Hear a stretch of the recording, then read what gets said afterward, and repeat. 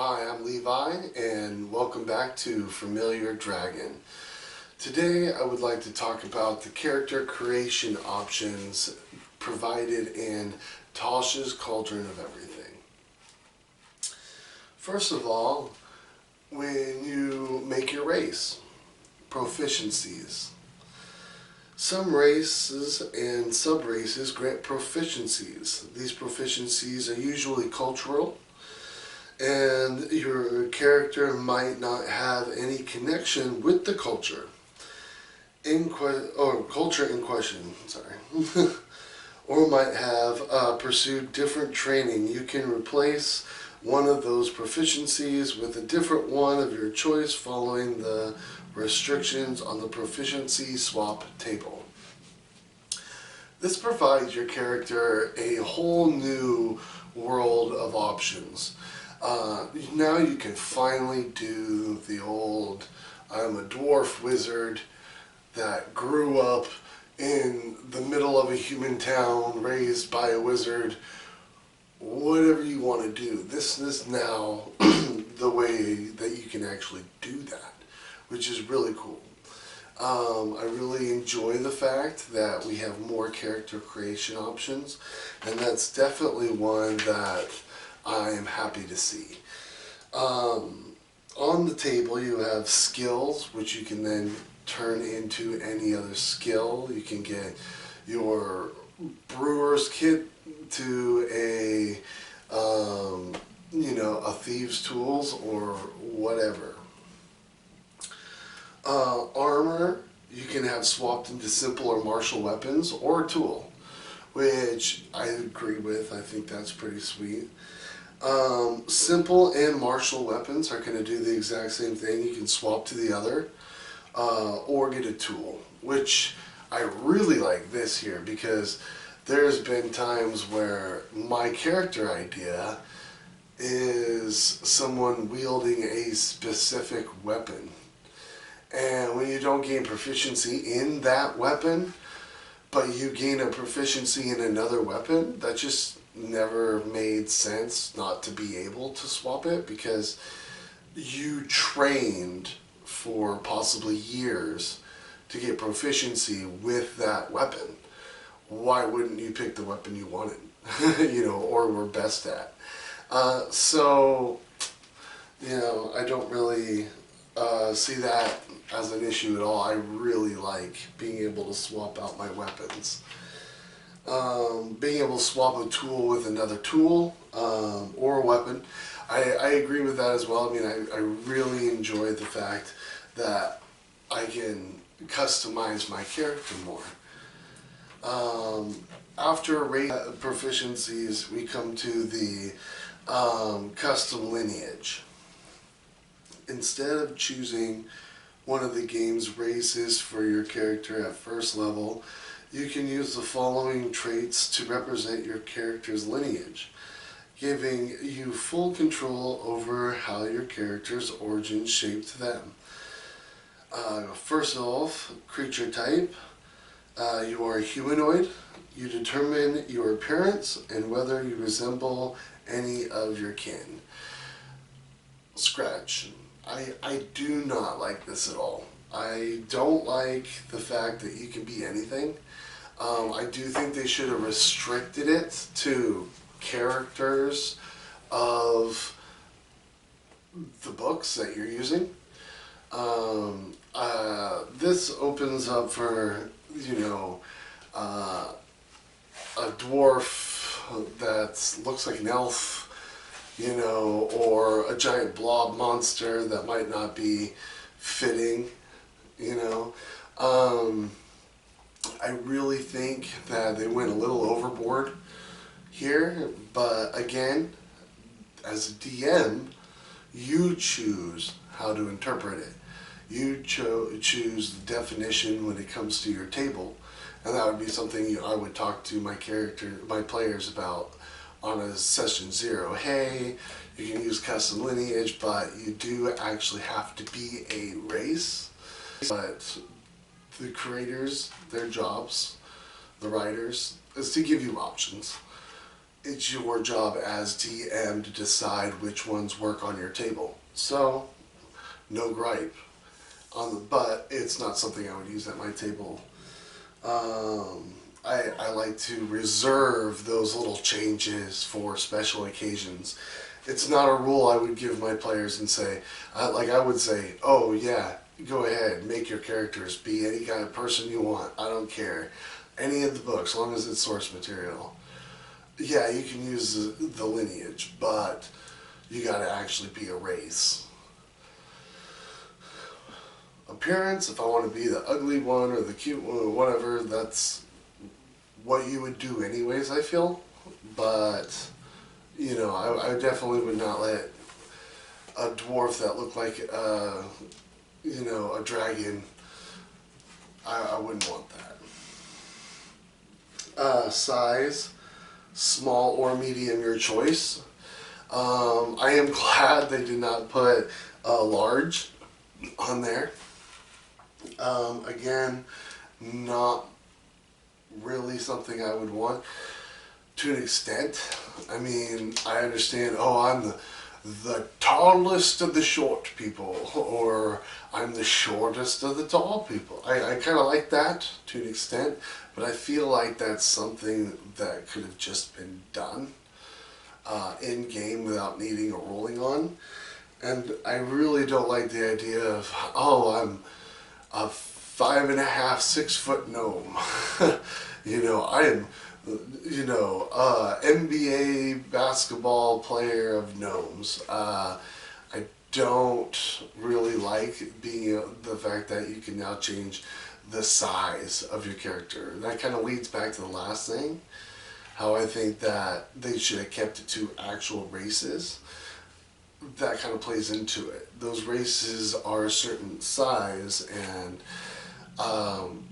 frankly, if I'm a player and you're a player, and you tell me you're a gnome, in my head I'm thinking a really short, you know, 2.5 foot, you know, 2.5 foot creature. And if you tell me you're a gnome who's also 6.5 feet tall, then I'm most of the time, until you bring it up to me, every time I think about your character, I'm going to think about him as a really short character until you're like, oh, I'm also really tall. And then, you know, I might role play, oh yeah, you know, but, you know, I'm not a big fan. Base speed walking is 30. Pretty simple there. Most races have the 30 movement walking speed, so I'm glad they didn't change that. Ability score increase. One ability score of your choice increased by 2. Now that's not bad. I think that obviously it's nice to bump up by 2. I think it's interesting how they decided to change this from the human variant. 2 different ability scores by 1. So I think it's interesting that they changed this from that. No, I don't really care either way. I think that's solid enough. You gain 1 feat of your choice in which you qualify. Now, I have mixed feelings here. Obviously, you could do the same thing with the human variant, and it's like putting the human variant on all the races, which in one aspect sounds really cool, but most of the races, just like the walking speed was 30, most of the races have a 30 walking speed. Most races don't have a feat. I don't know, I think they could have come up with something a little bit more creative, maybe even had them have their own thing, or not even have it. I mean, this is a variant. I don't know, I just think there's some powerful feats. And to be able to throw that on anybody now, great. You gain one of the following options of your choice: dark vision with a range of 60 feet, or proficiency with one skill of your choice.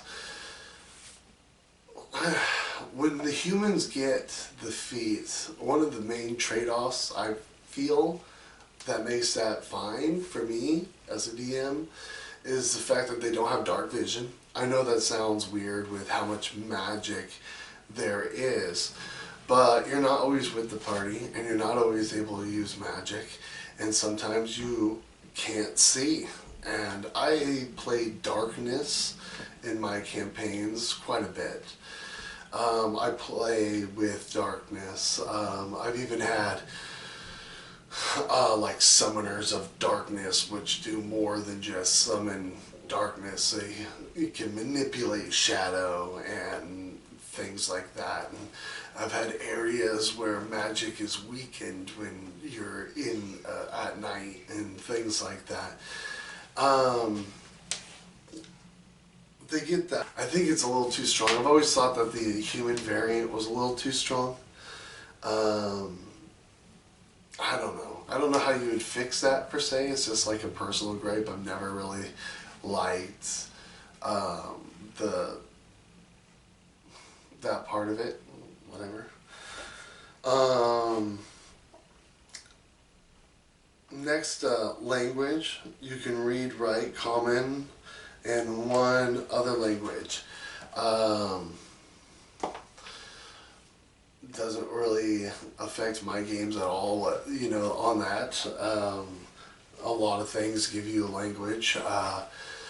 I think I even watched a video a while back, which is like, how many languages can I get without using magic? And that's not even counting with using magic.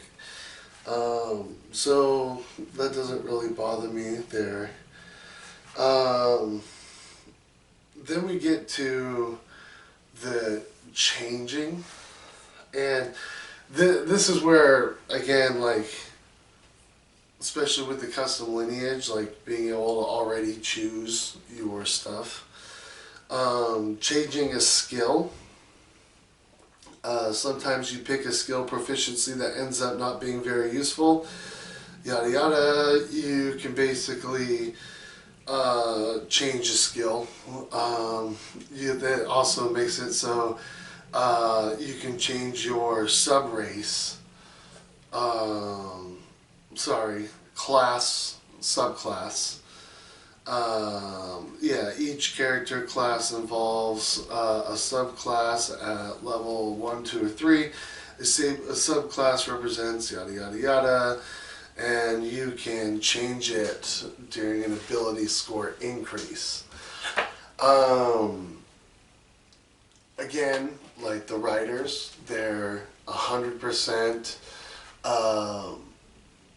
only there to give us more options. So I do not disagree with having this in the book, but it's usually something that I would reserve DMs for special circumstances.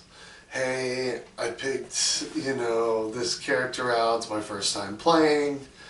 I don't really like this skill. Can I change it? I really don't like my subclass. I was going for this with my character, and I thought this is what's going to do it, but really it's this. I'd probably let them go, especially if it's their first time or two. I'm not going to let my veteran players swap their subclass every couple of levels to get whatever's going to suit them for the next couple of levels.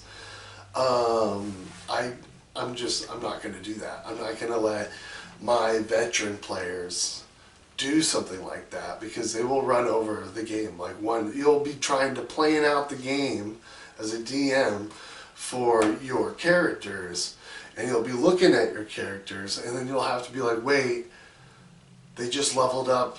Did he change? Do I gotta call him up? Do I have to get online? Do I have to do this or that? Or go into my records? And no, I'm not having that. I'm not having that. And then when we go back to the custom lineage, they're already choosing like all the stuff in the world. Tasha's Cauldron of Everything gave us so many character options on customization, which I love. I love it. Their job, as I think I've said before in another video, their whole purpose is to give us more, more, more, more, more. So I'm really glad to see that. I want more. I want all of it. Give me all those options. But I think that DMs need to learn, in some cases, that they can say no when it's, even if it's in the book. Don't let your veteran players run all over you by changing their subclass every couple of levels. If you are going to use the custom lineage, don't be afraid to say, please don't be a werewolf, because, you know, I don't want you to look like a werewolf. Maybe I have a plot to do with werewolves, and you looking like one wouldn't serve that storyline. Maybe that's the whole arc, is your fight against werewolves. I don't want you looking like one. But I also don't want to tell you, because that might give something away. So definitely be okay with saying no. I don't want this. You know, that's one of the points, I think, in the writing of the 5e books, is DM control. You are the ruler of your table, so to speak. What you say goes, as long as you're smart enough to tell someone in session 0, hey, these are the rules that I am laying out. These are what we're able to do. If you have any questions, help people build their characters, things like that. I would not allow more you know, if someone's played more than about 2 or 3 games, really 2, if they've played more than 2 games, or 5 or 6 sessions even, that would be about your deadline. You get to session 5 or 6, and you say, hey, this is my first time playing, or my second time playing, my first time wasn't that good. Or a skill of their choice. Yes, of course, let them change, but I didn't need that written in a book to tell me that. But I understand that some do. But those same people who need to be told, yes, you're allowed to do this, are also a lot of times the same people who are more timid to tell their players, no, we're only doing half of what it says. So DMs, definitely stand up for yourselves and say, hey, this is what I like, this is what I don't like, this is what I want to run, this is what I don't run. That's about it. Those are my thoughts on Tasha's Cauldrons of Everything's new character creation and changing aspects in the book. I wanted to also say to anyone who might be watching this, obviously I'm really new to making videos and things, and if I'm doing alright, you know, I think this is my 2nd video right now, so I've recorded 1 or 2 others, kinda, but not really liking how they look, and rewriting or re-scripting and all that kind of stuff. So if you like what I'm doing, if you think that I'm at least doing good enough for a beginner to maybe continue, feel free to like and subscribe, follow, whatever, and comment. It really does help, and I really would like to open up a discussion, hear your guys' thoughts. I know I got a little rambly there at 1 or 2 points, but sorry. I'd also like to say that I want to try to get my videos out a little quicker. I wouldn't mind being to the point where I'm at least dropping 1 a week. That is tough. That said, I work in a production job where I work anywhere from 8 to 10 hours a day, 6 days a week most of the time. So it is tough to work on these videos and get them out, but I will try to get one out one week. And of course, if I have support and anyone who watches this video, like I said, likes, subscribes, comments, or at least one of those things, that will definitely up the chances that I put more of my personal time. I have a kid, I'm married, so this is definitely precious time that I use to make these videos, and I enjoy it. I really actually do. This is actually quite fun. But I would definitely like the support of anyone who does possibly watch this video. So again, you know, subscribe, comment, start a discussion. For sure, that would be awesome. And I think that's about it. Thank you.